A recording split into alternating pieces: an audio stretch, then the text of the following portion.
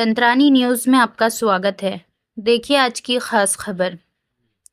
क्या होता है बजट शब्द का मतलब? बजट पेश करने से पहले वित्त मंत्रालय पहुंची निर्मला सीतारमण।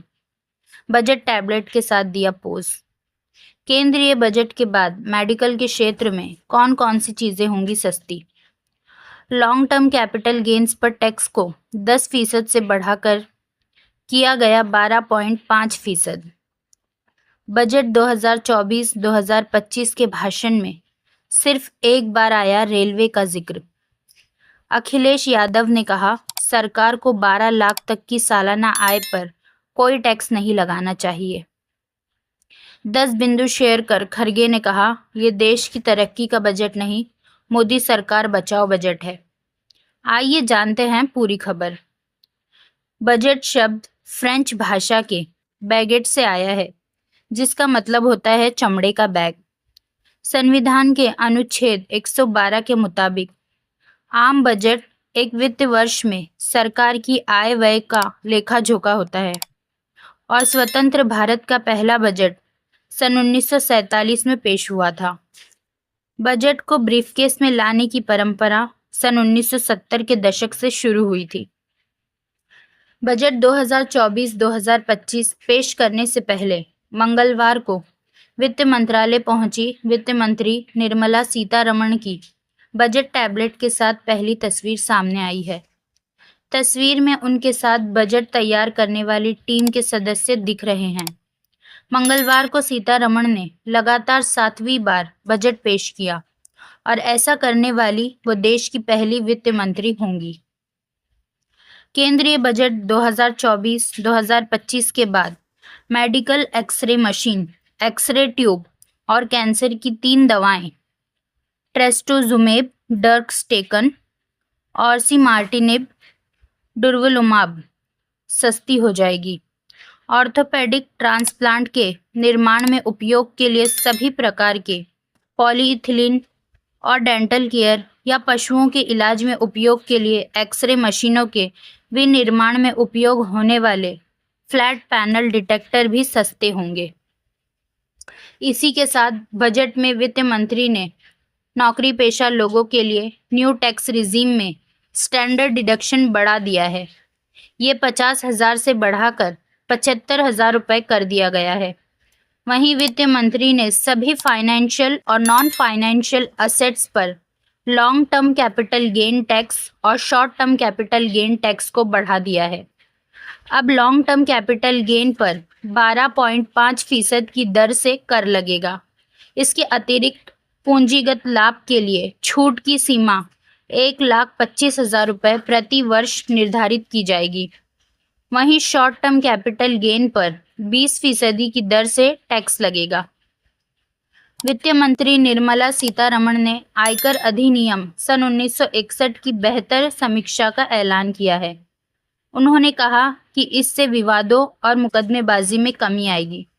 उन्होंने कहा कि इसे 6 महीने में पूरा करने का प्रस्ताव है।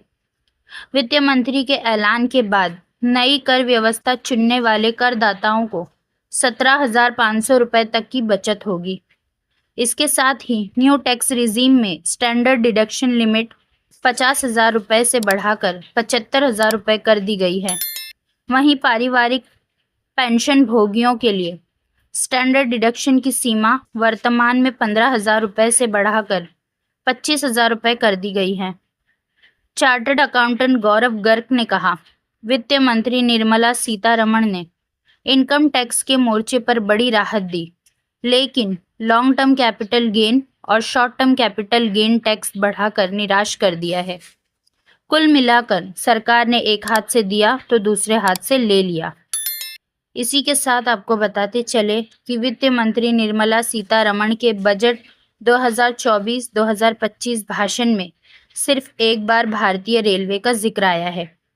सीतारमण ने आंध्र प्रदेश पुनर्गठन अधिनियम को लेकर कहा, पानी, ऊर्जा और रेलवे जैसी जरूरी इंफ्रास्ट्रक्चर के लिए धनराशि उपलब्ध कराई जाएगी।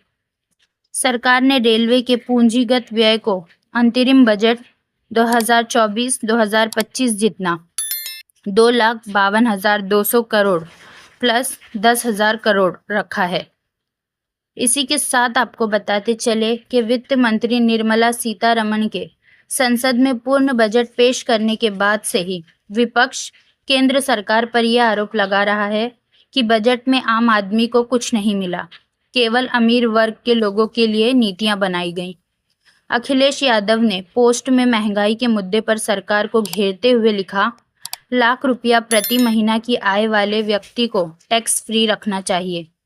अखिलेश ने लिखा, सच तो ये है कि जिस तरह की महंगाई है उसमें घर चलाना, बच्चों को पढ़ाना और घर के बड़े बुजुर्गों के दवा इलाज के लिए बचाना नामुमकिन है।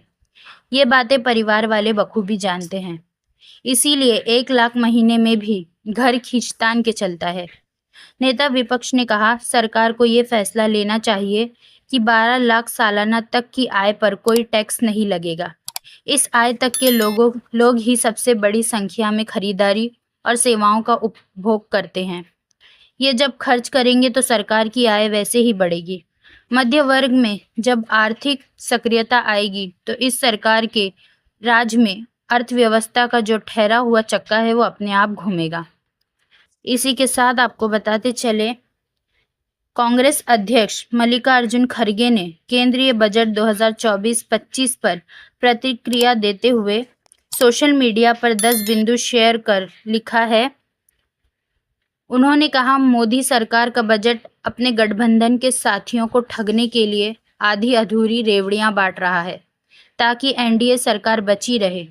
उन्होंने आगे कहा, ये देश की तरक्की का बजट नहीं, मोदी सरकार बचाओ बजट है। ऐसी ही ताज़ा खबरों के लिए देखते रहिए लंत्रानी न्यूज़ लाइव। लाइक कीजिए, सब्सक्राइब कीजिए और शेयर कीजिए। बेल आइकॉन का बटन दबाना ना भूलिए और देखते रहिए लंत्रानी न्यूज़ लाइव